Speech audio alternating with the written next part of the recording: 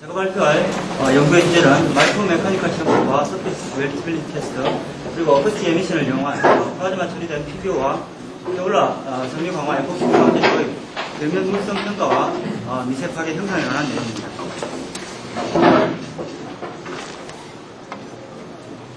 본 연구의 목적은 첫째, 옥시전 플라즈마 처리를 이용하여 PBO와 케블라 섬유 강화 에폭시 복합재료의 향상된 계면 물성을 비교하는 것이고, 둘째, 서페이스 웨트빌리티와 계면 물성을 상호 관련시키는 데 있으며, 마지막으로 비파괴 시험법인 어쿠스틱 에미션을 이용하여 마이크로 페일류 메커니즘을 고찰하는 데 있습니다.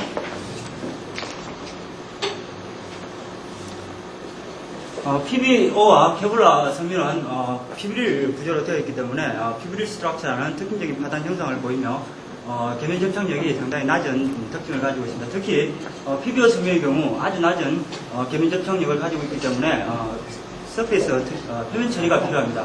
표면 처리 방법에는 플라즈마 모디피케이션, 이온 스파클링, 코로나 디스차지 등과 같은 방법이 있으며, 이러한 처리 방법들은 재료의 벌크 물성에 영향을 주지 않으면서 재료 표면의 화학적 물리적 물성을 변화시켜줍니다. 이 중에서 플라즈마 처리 방법은 재료 표면의 화학적 물성 변화와 클리닝을 통해서 서페이스 웨트빌리티를 증가시키는 목적으로 사용되어 오고 있습니다. 플라즈마 처리 방법의 장점으로서는 재료 표면의 아토믹 레이어 수준에서 표면을 변화시키고 열에 의한 데미지를 최소화시킬 수 있으며 처리 속도가 빠르다는 데 있습니다.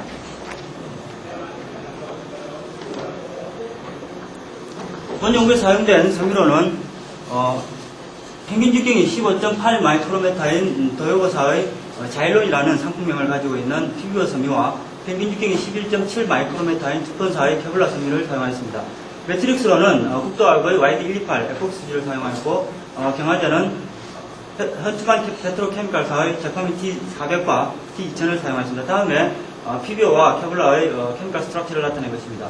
케미칼 스트럭처에서 보듯이 PBO 섬유의 경우 섬유 방향의 기계적 물성은 상당히 강할 것으로 예상되지만 섬유 축방향의 물성은 상대적으로 약하며, 케블라 섬유의 경우 PBO 섬유와 비교하여 섬유 방향의 물성은 다소 약하지만 축방향에서는 하이드로젠 본딩을 할 수 있기 때문에 더 강한 것으로서 알려져 있습니다. 계면 전당 강도의 측정은 마이크로 드럼넷 테스트를 이용하여 측정하였습니다. 먼저 마이크로 드럼넷 시편을 특별히 제작한 마이크로 바이스에 고정시킨 후 UTM을 이용해서 측정된 하중을 다음의 식을 이용하여 측정하였습니다. 계산을 하였습니다. 여기에서 D는 섬유 직경이고 L은 엠베디드 랭스입니다. 마이크로 드럼넷 테스트는 매트릭스가 상당히 브리틀할 경우나 피브릴 구조를 가진 섬유처럼 프래그멘트 랭스를 정확하게 측정할 수 없을 경우에 사용되는 방법입니다. 오른쪽에 계면 전당 향상을 위한 플라즈마 처리 과정을 간략하게 도시한 그림입니다. 활성가스인 옥시전 플라즈마를 사용했고, EF 파워는 100W로 설정했습니다. 그리고 그때 온도는 약 40도C 정도였습니다. 처리 시간은 섬유의 데미지에 대한 영향과 섬유 표면 처리의 효과를 고려해서 60초로 설정하였으며, 섬유를 유니폼하게 처리하기 위해서 챔버 내부에 로테이션 장치를 설치한 다음 회전시키면서 플라즈마 처리를 하였습니다. 섬유의 파단 시그널 디텍터를 위해서 피지컬 어코스틱 타입 미스터스 2001A 시스템을 사용하였고, 센서는 레전스 타입의 와이드밴드 센서를 사용하였습니다. 프리 앰플리파이어는 40dB로 하였고, 스레스홀드 레벨은 주위의 노이즈가 디텍트되지 않는 범위인 35dB로 설정하였습니다. 인장 하중은 피코4의 맨메이드 미니 UTM을 사용하였고, 이때 로셀은 1kN, 테스트 스피드는 분당 0.5mm로 하였습니다. 플라즈마 처리 효과는 다이나믹 컨택트 앵글 측정을 이용하여 확인하였는데, 오른쪽에 있는 윌리엄 플레이트 테크닉을 이용하였습니다.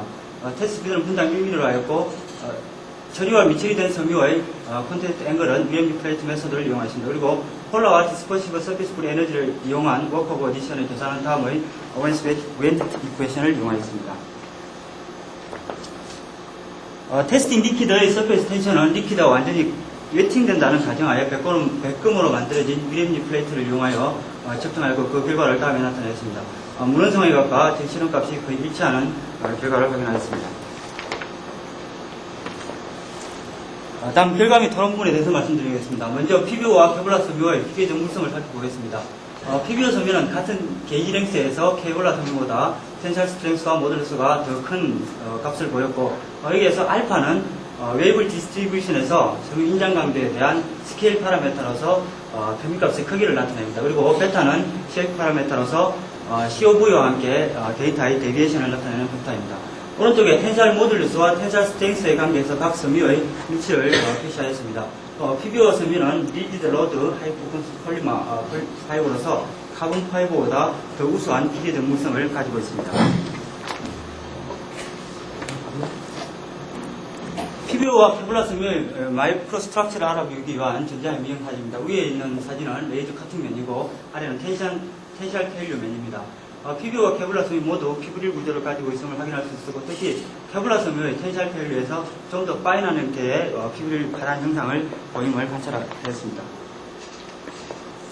다음은 마이크로 드랍넷 테스트에서 포스와 엠베디드 에어리어의 관계를 도시하여 크리티컬 엠베디드 에어리어를 측정하기 위한 것으로서 파이버 프랙처되는 데이터와 플롯되는 데이터의 두 리니어 리레이션 라인의 적점이 크리티컬 엠베디드 에어리어로서 계면 전등 강도와는 반비례하는 경향을 가집니다. PBO 섬유의 경우 플라즈마 처리의 경우가 미처리어보다 더 작은 크리티컬 엠베디드 에어리어를 나타냈습니다. 케블라 섬유의 경우에도 역시 마찬가지로 플라즈마 처리의 경우가 더 작은 크리티컬 엠베디드 에어리어를 보여서 계면 전등 강도는 증가할 것으로 예상되어집니다.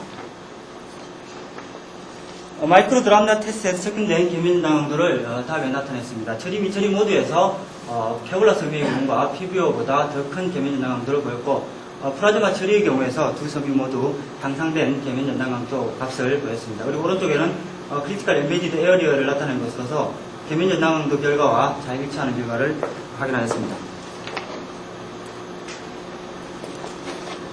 다음은 마이크로 드랍넷 테스트에서 포스 익스텐션 커브를 나타내는 것입니다. 여기에서 FM은 맥시멈 포스로서 계면 접착력에 의해서 나타나는 벡터이며, FS는 슬라이딩 포스로서 매트릭스의 프랙처 타프니스나 파이버의 서페이스 라프니스에 의해서 나타나는 벡터들입니다.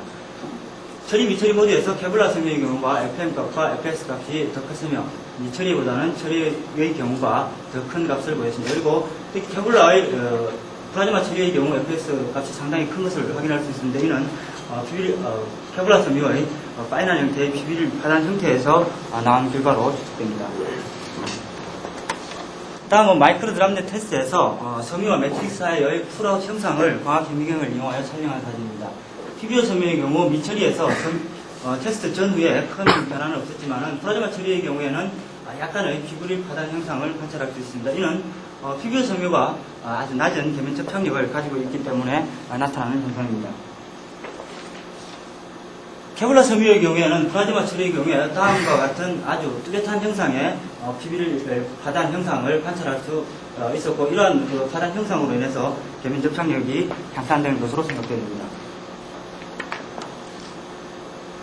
다음은 에폭시 매트릭스에서 PBO와 케블라 섬유의 서멀 스링케이지에 의해 유도된 컴프레시브 스트레스 하에서 나타나는 파단 형상을 촬영한 사진입니다. 왼쪽에 열수축이 유도되지 않은 경우에는 아무런 파단 형상이 관찰되지 않았지만은 열수축이 유도된 경우에는 특히 PBO는 섬유 축방향의 결합력이 약하기 때문에 케블라 섬유보다 더 많이 꺾여 있는 특징적인 파단 형상을 관찰하였습니다.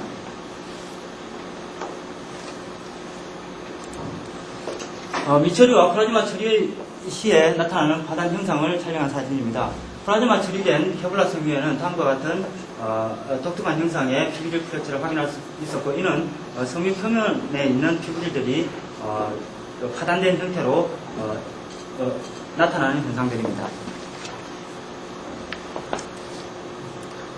다음은 PBO와 케블라 섬유의 가능한 색치 모델을 간략하게 도시한 그림입니다.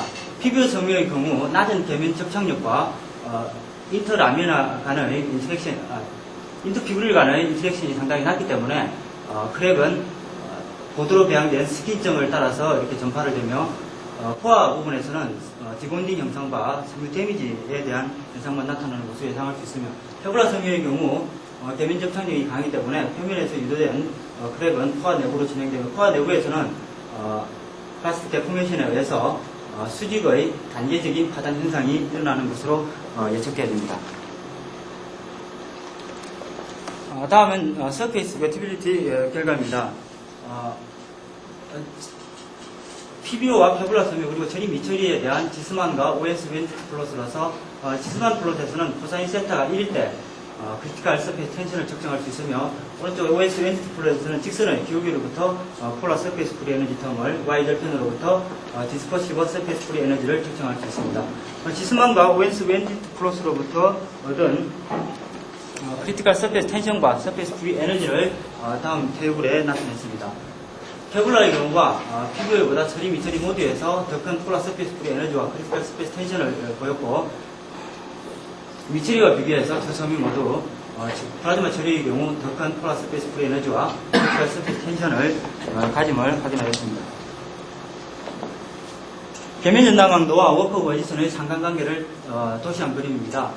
계면 전당 강도는 워크 오브 어디션과 워크 오브 어디션의 한 팩타인 폴라 서페이스 프리 에너지와 두 가지 섬유와 두 가지 처리 조건 모두에서 상호 비례하는 경향을 확인하였습니다. 지금까지는 계면전당강도 마이크로 페일류 형상 그리고 서페이스 매트빌리티에 대한 데이터에 대해서 말씀드렸고 지금부터는 미세 파괴 형상과 연계한 어포스틱 에미션 결과에 대해서 말씀드리겠습니다. 이것은 PBO 섬유의 A 결과로서 미처리의 경우보다는 플라즈마 처리의 경우가 다소 증가한 A 시그널이 디텍트되었고 A 앰플리튜드와 A 에너지 역시 다소 증가한 그런 경향을 보였습니다.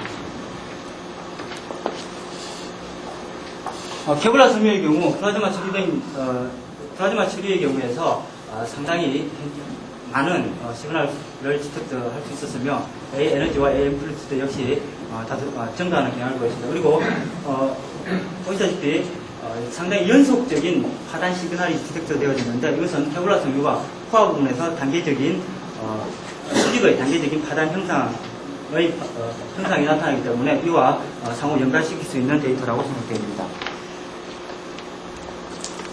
다음은 A 웨이브폼과 FPT 분석 결과입니다. PBO와 케블라 섬유 모두에서 다양한 형태의 A 웨이브폼을 관찰할 수 있었고 이것의 FPT 분석 결과 거의 비슷한 형태의 FPT 분석 결과를 보였습니다. 이로써 이 모든 시그널들은 피부 객체에 의해서 나타나는 시그널들로 생각되어집니다.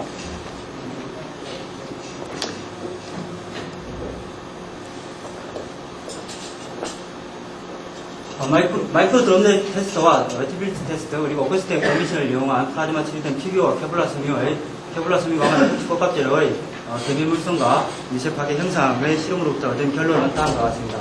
계면 전당 강도는 처리 미처리 모드에서 케블라 섬유가 더 컸으며 플라즈마 처리를 통해서 두 섬유 모드에서 향상된 계면 전당 강도를 값을 확인하였습니다. 그리고 PBO 섬유와 케블라 섬유는 모두 피브릴 프랙처를 보였고 케블라 섬유에서 현저한 피브릴 프랙처 현상을 관찰할 수 있었습니다. 플라즈마 처리의 경우 A 시그널 수와 A 앰플리튜드 에너지는 증가하는 값을 보였습니다. 크리티컬 서페이스 텐션과 폴라 서페이스 프리 에너지는 케블라 섬유와 플라즈마 처리의 경우에서 가장 큰 값을 보였으며 계면 전당 강도는 워크 오브 어디션과 두 가지 처리 조건 그리고 두 가지 섬유 모드에서 상호 비례하는 경향을 보였습니다. 본 연구에서 플라즈마 처리를 통해서 PBO와 케블라 섬유의 계면 접착력을 향상시킬 수 있었고 피브릴 스트럭처는 특수한 파단 형상을 보이는 PBO와 케블라 섬유의 파단 형상을 현상학적인 실험 방법과 빅파괴 시험법인 어코스틱 에미션을 이용하여 관찰할 수 있었습니다. 이상으로 발표를 마치겠습니다.